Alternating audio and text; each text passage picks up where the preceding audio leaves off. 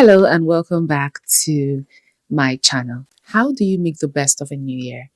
What exactly do you do? How do you do it to ensure that a new year is actually your best year yet?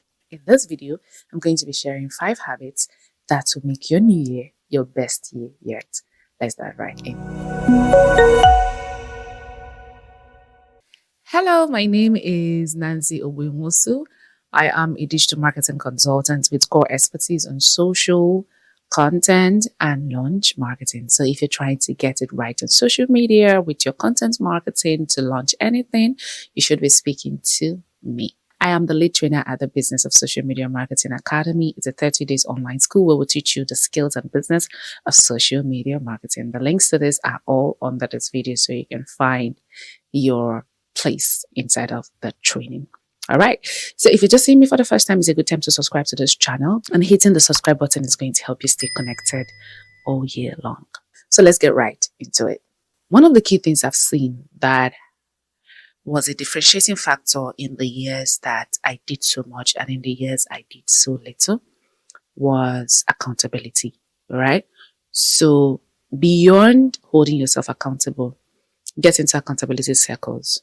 Some of them will be free, some of them you have to pay for them, right? But find places and people that will keep you accountable to your dreams, your goals, and your desires, and stay with them. Stay with them for 365 days. Stay with them when it's tough. Stay with them when it's hard. The reason is you have to choose your growth over and over and over again.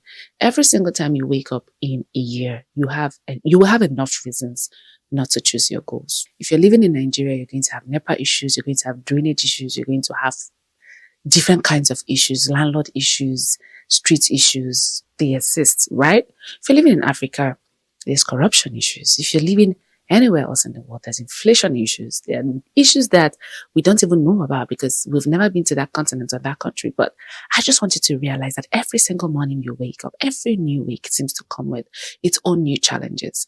And this is why you need a tribe of people who are going to hold you accountable, who are going to say, no, you said that by April, you're going to be doing this. You said by September, you're going to be doing this. What's the plan? What's going on? Why are you dropping the ball? You need that. Okay. And not because they want to police you around, but because they want the best for you. All right. So it could be your family. It could be a loved one. It could be a friendship circle. It could be a group mentorship thingy. It could be an accountability group, as the word implies. Please find yourself in any of those things and get someone, it could be a partner even, to just hold you accountable. Okay. So identify key areas of your life that you need to be accountable for. For starters, I would recommend number 1, sleep. Okay. Stay accountable to your sleep times. Yes. Listen, as we grow older, it is very imperative that we get quality sleep. Have you ever noticed that the days you sleep better, longer, you wake up more refreshed? The days you have those short sleep nights, short hours of sleep at night, you wake up in the morning and you're just so cranky. You don't know how you're getting by the day. Somehow the day just goes, right? So that's one place. The second place for me would be gym. Fitness is important. It helps your mind. It helps your dopamine flow. For me, fitness, going to the gym or working out, running on the streets, taking a long walk, running the treadmill, doing some exercises in my room, all of that is therapy. It's very therapeutic. When you finish that, you have new vigor to just press on and continue. But sometimes you're going to need accountability for that.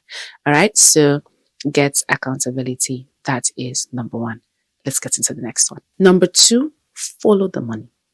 The money in your business, the money in your company, follow the money. Let me explain. At the beginning of every new year or at the end of every year, I need you to print your account statements. If you have 4 accounts, print all of them. And I want you to sit down with your writing material, pen and paper, or your tablet or your laptop, and just sit down.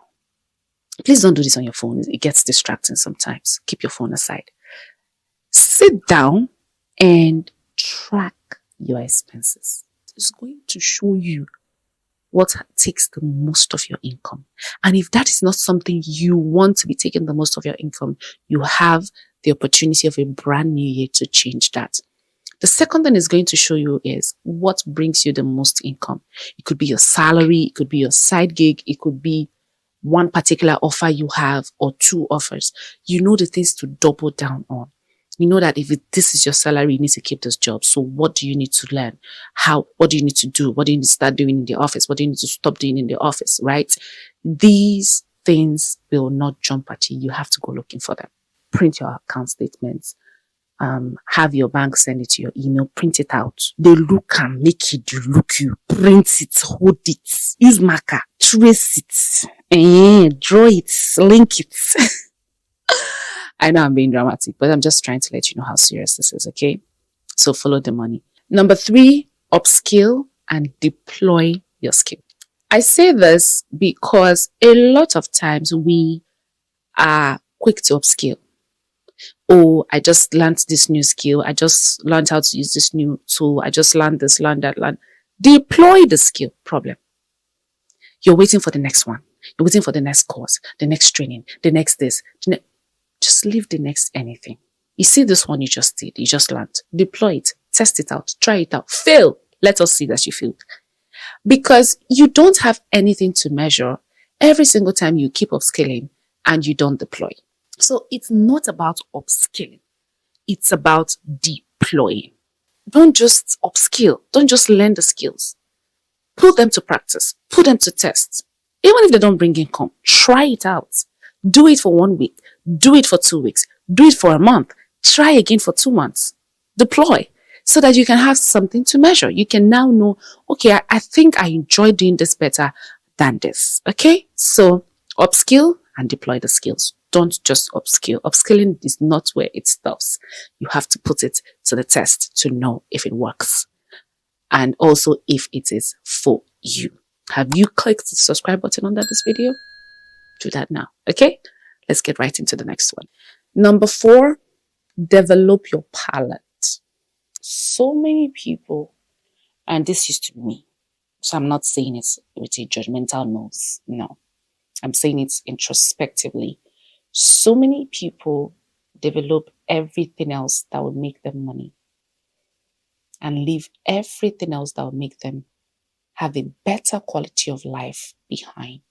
As you make this money, as you upskill, develop your palette so that when someone does the barest minimum for you, it's not going to look like they give you the whole world. The first time I paid for myself to go on an international trip, I can share this. It's long in the past. I bought my flight tickets, jumped on that flight, booked my Airbnb, had to spend some extra money when I got there because I extended my stay. It was such a beautiful country. I fell in love with my life and I fell in love with traveling. I still love to travel. If I think of getting on a plane, if you want the best of me, put me on a plane. I just love traveling. I love traveling to beautiful places. I love experiencing new cultures, meeting new people, hearing new languages. It's food to my soul. But I'm going somewhere with this. Before I made that trip, I always wondered what it was like to pay out of pocket for vacations. I always felt like it's not for me, right? And I always felt like even if I'm ever going to do it, someone else will have to do that for me, the payment. So when I paid for that trip by myself, went by myself, paid my Airbnb by myself, fed myself, transported myself, had fun, and I got back. I lived in Lagos at the time. I could dream for more. The same thing for the first time I had champagne. So I would hang out with my friends and we would take, maybe 4 cousins and all of that. Then at some point I hung out and for the first time I'm like, how much is this champagne? And they told me, I'm like, is this what I've not been drinking? Because it's, you know how they bring these things, they put them in light bulbs, they make them look very dramatic, they call the name of the person and then they deliver it. And one of the evenings, I hung out with my friends and ordered a bottle. And they brought it. And I was just looking at it. The same thing for the first time I had what's it called? The buffet, the Sunday buffet in one of the very iconic hotels in Lagos. I always felt like, oh, that's a bougie people thingy. It's not for people like me. Oh, hey, let's leave it alone. Oh, hey. And then I happened to have a meeting in a hotel one of the days with one of my clients, and I finished the meeting and I just kept perceiving this food. I'm like, where's it coming from? And I come down, they're like, oh, it's a buffet. I said, okay, how do I get and how much is it? I said, is this amount, XYZ amount for a table? I'm like, that's it. Say yes. I'm like, can you imagine? And this is what I have been excluding myself from. Because these things they have this luxury look and feel. When you're starting, it's easy to count yourself out. It will shock you to your bones that you can afford it. But if you don't try, if you don't ask, you will never know. So don't keep upskilling and making more money, but excluding yourself from the easy life because it's their thing, it's not my thing. I'm not bougie. My daddy did not have money. I didn't come from a rich home. That's not how we used to spend money. Let's go home and cook rice. Yeah. That money now, if you pay it, how much you're going to shut up. It's an experience. The quality of people you're going to meet there, the networking is different, which is going to take us to the next point, by the way. So develop your palates so that when people do things for you, you can thank them. But you will not feel like you are being rescued from a wretched state. And I hope that balances it, okay?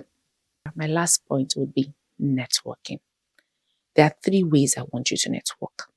Network up. Network with people who you would call mentors, you look up to, you love their work, they have results, they've been in an industry over time, they have the money, the influence, the power, and access that you're looking for. Network up. There are people that I also want you to think about. Network down. So as you're networking up, they're raising you, be raising someone. When you teach people, you get better. You see this thing I'm doing right now? Yes, I've developed my public speaking skills for a very long time. I mean, I've been in master of ceremonies for 8 solid years, so that counts for something, right? But put me on a live television. What I'm practicing for with this video you're watching is the talk I'm going to give in a conference somewhere in California. Is the panel session I'm going to speak at somewhere in New York. Is the seminar they're going to fly me to speak at in Canada someday. It's the South African engagement. It's the Ghana, it's Nigeria. So this is my practice. Okay? If I can command your attention till now, I can speak anywhere. Do you understand my point? So consistently do this thing to get better. So teach someone, raise someone. It rubs off on you. Consistency and repetition is the law of the deep. So keep doing that. All right? There's a part of networking that people don't talk about enough. And I want you to pay attention to that. Don't ever forget this, okay? It is network in the middle. Networking in the middle is who is on the same level as you, your age grade. Just someone that you can relate to in terms of age, work, experience. Okay? The second or the third time I really want to get into paid employment, but I now not to be paid in naira, but to be paid in dollars. The person that recommended me for the job was my friend. She recommended me. There was an opening in the company. She sent it to me. She said, we have openings in this company. You apply. Then she went back to say, oh, I know this applicant. She's my friend. She's done A, B, C, D, Z. Did I get the job? Yes. Did she give me the job? No, she did not. Because apart from that recommendation, she really did not have any say in the entire process. But the recommendation went a long way. So even if we were 100 candidates, someone was looking for a name called Nancy because someone had spoken about me to them. So don't look at don't make friends that all you do is banter and just goof around. Move around with serious people. And like they say, your network is your net worth. And I hope this just gives you some perspective on on the habits you need to cultivate so that you can grow and you can scale in a new year. With these few points of mine, I hope I've been able to convince you and not confuse you that these 5 habits will change the trajectory of your year. Click on the subscribe button if you haven't, and I will see you in the next video.